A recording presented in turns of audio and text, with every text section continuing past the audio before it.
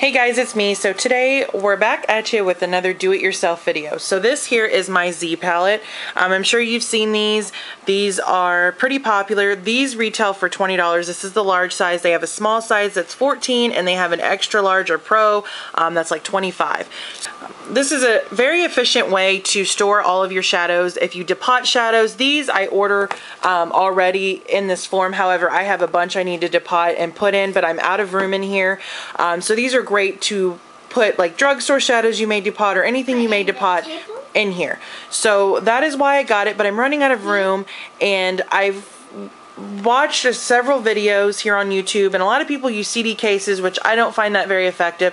Some use DVD cases, but they all have different ways of doing it, and I kind of got a little bit from everybody, and my husband and me came up with ideas on what would work the best. Okay, so this is what we're going to recreate.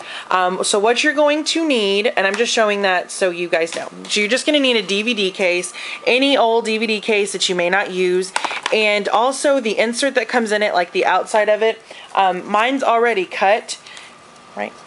But just whatever goes in the outside. If you don't want to cut your insert, like this was just a free DVD I got a long time ago, then you can trace it onto paper, and that can be like your outline.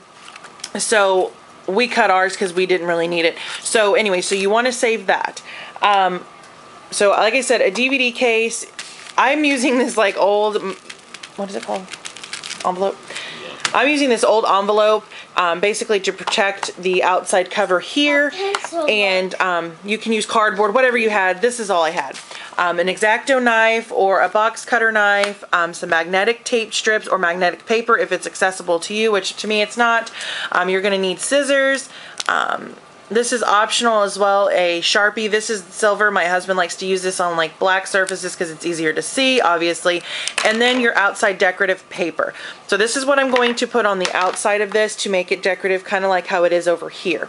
So this is where this will come in, because this will be the shape you'll need to fit into here.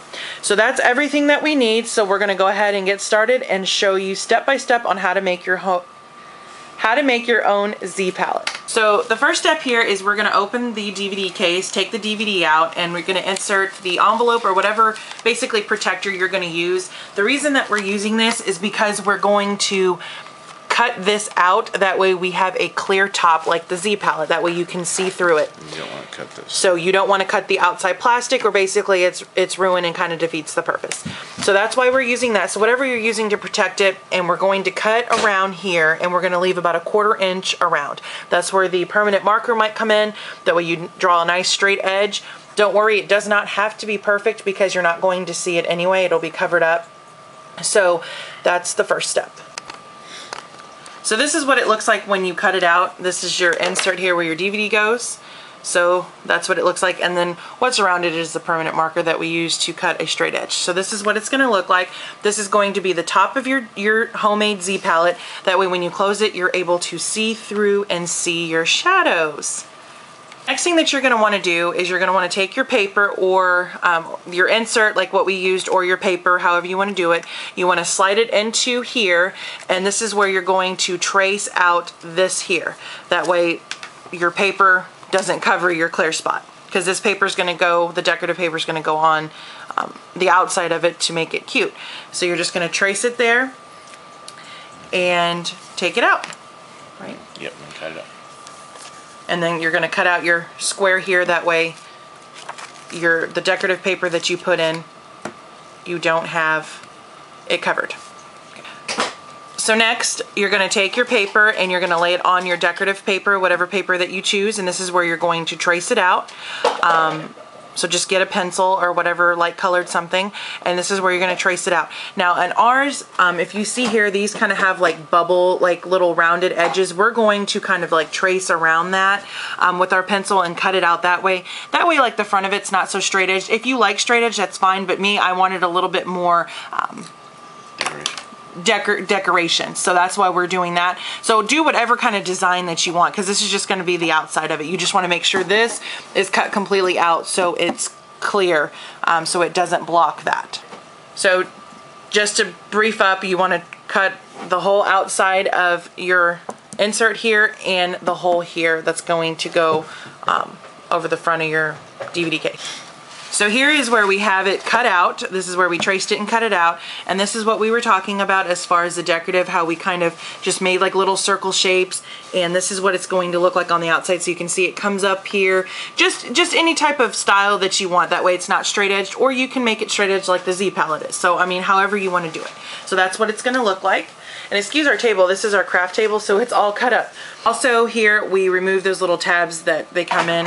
So just pop them out or use your box cutter knife and carefully take those out. That way they don't take up more space, you can fit more shadows. So our next step is going to be, we're going to apply our insert. We're almost done, this is quite easy. And then we're going to apply our magnetic tape. So this is what it looks like whenever you put your insert in, so you can see how cute and decorative it is. And just keep in mind you want to be careful when applying this in there, just so you don't catch like the paper on the lips of anything and it rip and have to recut it. But this, you can see how cute and how definitely comparable it looks to the Z palette. So it's the same width-wise, just about an inch or so smaller as far as deep goes, but you're still going to be able to fit quite a bit of shadows. So that's what it looks like compared to there. So yay! Also on here, I just want to point out, now keep in mind this is a do-it-yourself at home. So in here you can see like your paper is exposed. And if you didn't have like the decorative, it would just be a straight line, so it wouldn't be as much of an issue as it is for me. But when you put shadows in here, it's not going to touch it when you close it. So if you want to put something like else in there, like underneath it, keep in mind it's going to have to be very thin and clear, or it's going to change the effect on this. But I don't think you're going to have anything to worry about. You're going to have less chance of messing with the paper if you just do the straight lines, but this is not going to be bad as long as you're careful with it. Just like with anything else makeup related, you'll be fine. I got a pack of these magnetic strips at Walmart for 97 cents. You get 18 because they're actually strips, but you can use them as holes as well if you just take the sticker off. They just stick to the bottom of the palette.